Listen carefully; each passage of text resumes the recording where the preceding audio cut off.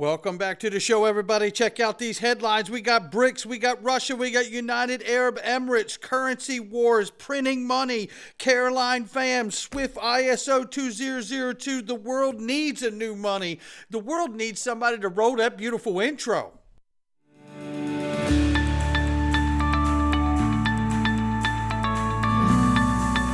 Digital Perspectives with Brad Kimes. Come on in.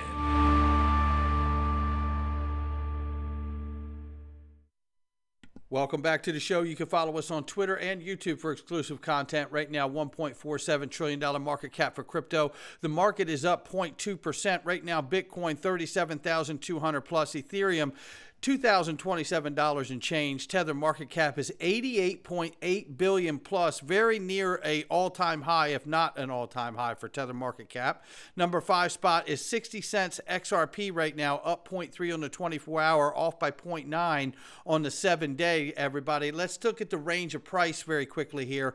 Ranging on the bottom at 0.5956 and ranging on the top at 0.6069. Pretty tight trading range at the moment. It's not jumping around right now. Although I know a lot of people are like, get going, you know. I get it. We're all excited. We all want to see some price action, right? But I tell you what, I'm going to look at something today as more of a macro view here, and it's much bigger than chasing candles, and it's what I believe is the real purpose and intention of what is happening to this entire space at the current moment, and we will get into that in just one second. But I do want to tell everybody right quickly about this. It is Cyber Monday. It is 84% off now. And 5 extra months, ladies and gentlemen. This is pretty remarkable right here. And $3.20 a month, 84% off, and 5 extra months. They've given you extra off and added 2 extra months, I believe it is, onto this. You cannot beat this deal for $3.20 a month, ladies and gentlemen. High-speed VPN, secure password manager, end-to-end file encryption. Don't mess around. Click the link to Pure VPN underneath the video. Get yourself protected with these layers of security right here. You're going to feel so much better that you did.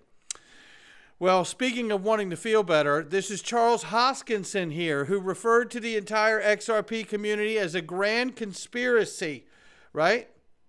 Which was no grand conspiracy at all. And then he tried to pick pepper out of fly poop and tell all of us that there was difference between interest converging and bribery. I've never said there was any bribery going on.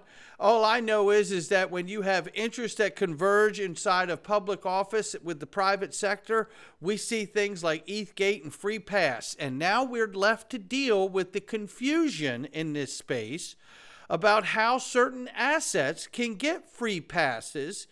And it's unfortunate, but I think this guy, Charles Hoskinson, is finally feeling the frustration that every single XRP holder was feeling during the SEC versus Ripple case, which is still ongoing 3 years later.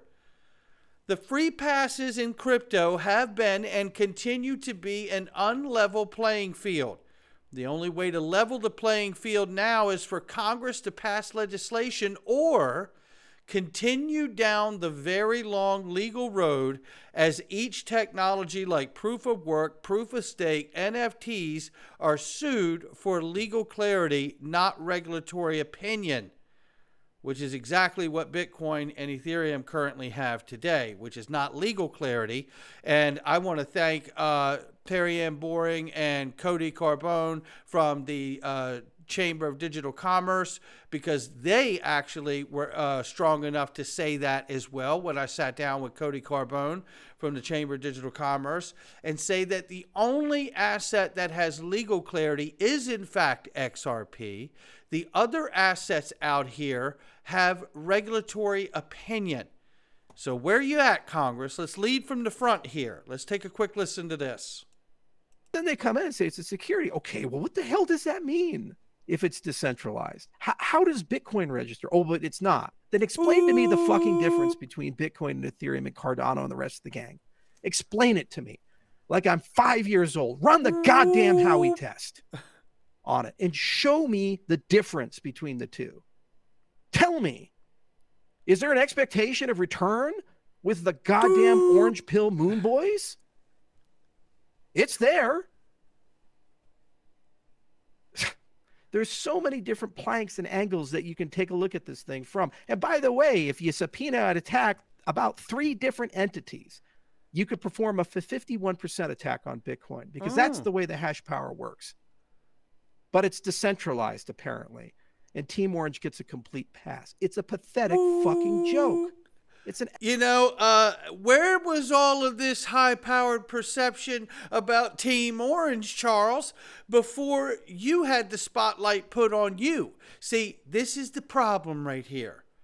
And nobody had a problem watching us sink like a rock for 3 years, as long as it wasn't them, right? It wasn't me, not my problem. Yeah, that's Ripple XRP holders' problem. That's what that is. Now all of a sudden your ass is in the same boat and you're starting to feel it just like we felt it. And I don't wish it on you. But I'm glad you have the clarity that you found now. Yes, you've had a come to Jesus moment here. That's what you've had, right? Yeah, that's what's going on here. Let's all get on the same page, Charles. Start by unblocking my ass so we can actually help bring attention to the fact that now you're on the target zone, right? You got a bullseye on ADA's back. And let's help get you the attention you need. I've never said a crossword to the man, but I know he has spoke condescendingly to every XRP holder out here. And if nothing else, I hope Charles gets some clarity and perspective from the chair he's sitting in now. Because it's not so easy to just laugh and look at everybody else and just be dismissive now that you yourself happen to be sitting in the boat we've sat in for 3 years. Move over, everybody. Make room for Charles. Ron Hammond says this week in Congress and crypto, Congress is back in session. Many in the industry will come to D.C. for the Blockchain Association Policy Summit, which sounds fantastic. Lots of people are going to be there, like this lady right here from the NYDFS. Her name is Adrienne Harris, big part of crypto there, going to be there. And then the OG Tom Emmer, Majority Whip. And Representative Richie Torres, huge crypto advocate. Shout out to all of them. And we know still we're waiting for a stablecoin legislation here. From the sanctions to stablecoin, the Treasury Department has been very active in the crypto ecosystem. Deputy Treasury Secretary Wally Adeyemo will be delivering our keynote, and I look forward to hearing what is pressing for the Treasury post-Binance settlement. And there he is right there. We've covered him as well before. And we know that we still need to get something passed here. Where's Congress at here? Where are they at? We got to get something done. Appreciate you, Ron Hammond, covering that. Now let's talk about this macro idea of understanding where we are today. This is so very important. I hope that it's not lost on everybody here. BRICS plan to ditch the U.S. dollar, take step forward. We know that that is a very real thing that has been happening. Now add this in. United Arab Emirates has shifted from using U.S. dollar to local currencies in its oil trades. This move aligns with the broader de-dollarization efforts of BRICS Coalition Economic Alliance, which the UAE recently joined. Now, we know that the official join date is not supposed to be until January 24. But they are saying they are basically already a part of it. UAE's decision to prioritize local currency over U.S. dollar in new oil deals is a clear reflection of this sentiment. This move isn't just a mere policy shift. It's a strategic maneuver in a complex chess game of global economics. By aligning with the BRICS nations, the UAE is not only diversifying its economic partnerships, but also reinforcing its position as a global oil powerhouse, using their resources as leverage, right? So here we know BRICS bloc comprising of Brazil, Russia, India, China, and South Africa recently expanded its membership to include the UAE along with Saudi Arabia, who has the petrodollar agreement with the United States of America in return for military protection. Okay, just keep that in mind here. Egypt, Ethiopia, Iran, and Argentina. Now, Argentina recently just saw this guy, Javier Milei, here voted as president in Argentina. who is going to shut down the central bank because their money is worthless and they're all living with hyperinflation and it's just driving all of them to poverty. But look here at home. The U.S. keeps printing money, and why can't we? Because we know, just like down in Argentina, economists have time and time again cautioned against the impulse to create money, more money. If the government creates too much money, people would end up with more money in their hands. Consumers would demand more in supply. In the short run, would fail to meet the sudden rise in demand. High demand pushes prices up, which in the worst case scenario can lead to hyperinflation. But everybody, everybody said, it can't happen here. That's Argentina. That's not here. Okay. Then why are we hearing this, right? We know how important cross-border deals are needed. And this here is a short clip from an interview here. And I want you to hear what this Institute of International Finance president says. Tim Adams, CEO, discusses the need for cross-border banking deals. And his biggest concerns for global banking are right here. Take a quick listen here. Outside Basel III, what are the areas of finance you worry about? Oh, well, where we're looking at sustainability and our role in terms of COP is starting. So our role in intermediating the trillions that are needed for transition around the world. Debt levels around the world have increased 60 trillion in 5 years. Huge levels of debt in terms of just nominal and in terms of size of GDP. 60 trillion in 5 years. So there are lots of things to worry about out there. Yeah. How much do your members actually think about M&A and whether, A, it will happen cross-border in Europe and elsewhere, and whether they can be part of, the acquiree or the acquirer? Yeah, we need consolidation. We need consolidation in the U.S. We need consolidation in Europe. We need cross-border. I don't think it's going to happen anytime soon. Policymakers need to signal that not only will they allow it to happen, they want it to happen. Until that occurs, I think we are stuck with the infrastructure we have. Outside. And there you have it. This guy's going, you know what? There needs to be that global cooperation to get this stuff in play. Everybody wants to do it. Everybody's scared to do it. But this is why a few years ago in 2019, we saw these digital currency wars take place, right? Just take a quick listen to this clip here. Is the answer is yes? The answer is that the SWIFT system is an interbank system. You cannot meaningfully work on an interbank system without working with the private sector. Well, there you have that. Well, it's a good thing. That's what Ripple does, right? Ripple can help there. And I spoke with Jamie Dimon 3 months ago. There's a team of people that he's pulled together from the 6 major financial institutions in the United States, along with Larry Fink and a number of the asset managers who are working with an interagency team at the Fed, at the Treasury, at the controller of the currency to get this right. We right now, we have one network that doesn't work very well. The worst idea in the world would be to now try to have 2, SWIFT and some other separate cyber project. See, there you go. And that's the greatest call to action, that there's cooperation between someone like SWIFT and Ripple. That there not be 2 systems, but there be cooperation to make the current payment rails even better. We have this under control. We've got a public sector-led team with the relevant private sector actors that Fed is now hardening SWIFT.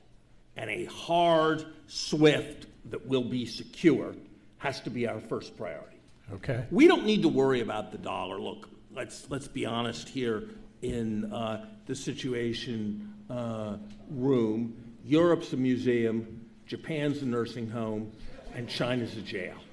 And we don't need to worry about those currencies being some kind of major threat to us. Okay, and There's that. Now listen to this quick clip here. We will have a new hardened currency SWIFT system ready to roll out 6 months from today. Are you We will willing have to? it. Are you willing to bet your job on it? And listen, this is the simulation currency war, digital currency war simulation they were doing in national security crisis simulation in 2019, and they know exactly what the problem is. A new hardened currency and new hardened SWIFT, they could roll it out in 6 months, right? Okay. You know, the fact is that the world needs a new money. The fact is that the world needs a new set of payment rails to transmit value safely and securely around the world. That's why I understand that Ripple and XRP and Stellar and XLM are the two DLT companies, and there's one more, I think it might be IOTA now as well, that were members of the ISO 20022 Standards Body Committee. This is not an accident. This, for me, is not about chasing green candles, although I want to see plenty of green candles. The taller and longer, the better, right? But for me, this has been about an understanding that the world needs a new money and a new set of payment rails, just like Volante's cloud cross-border payment solution, working with SWIFT, SWIFT GPI, SWIFT Go, Ripple, Visa B2B, Visa Direct, MasterCard Send. We know the rest of it. Ripple smack dab in the middle of these payment rails and this ability to transmit value. That's what we're talking about. And as it gains adoption, we have to worry, because that's what Caroline Pham from the CFTC is concerned about when she's in behind closed door meetings with other agency people. They're worried about this. Listen to this clip here. And so this is really, I think, things that people are thinking about, and it's things that people are concerned about. And I think there are also concerns about what does it mean, again, from a geopolitical perspective, if should another currency arise as the world's reserve currency, or if there's a non-state currency, so to speak, that becomes a world's reserve. That's another thing that I think people are very concerned about. There you have it right there. That's what this is all about. For me, Bitcoin was a test. And I hope people make $1 gazillion on it. I don't say that as a maximalist. I believe it was absolutely a test, a prototype that's still out here today looking for ways to be effective. I think Ethereum was a prototype, and I don't just think it. I know that because Vitalik and Joseph Lubin have said it out of their own mouths. They knew it wouldn't be scalable in its form that it's in. So that's obviously a prototype for smart contracts. But we also know that Ripple and the technology of the XRP ledger are perfectly suited to be able to work within the financial system, to complement the financial system, to relieve the spillover shocks of the US dollar as the world reserve currency, allowing it to continue its reign, I believe, by underpinning the US dollar and possibly a new CBDC with assets that are on the ledger. So you don't need a petrodollar agreement anymore. You don't need the gold standard. You could have the everything standard. You could use all different kinds of assets as reserves to back the US dollar, and not just an agreement to trade US dollars in oil exclusively. We'll see. Time will tell. And until then, join us in the Freedom Zone, won't you? I tell you something, we're having the best time in here, from fun laughs to taking on topics we couldn't dare to touch out here on social media, ladies and gentlemen. By the way, hashtag free DAI. Join us in the Freedom Zone, where today we're going to jump down into what Watergate really was and how Nixon actually knew what was going on. And we are going to talk about that today. I will catch all of you in the Freedom Zone.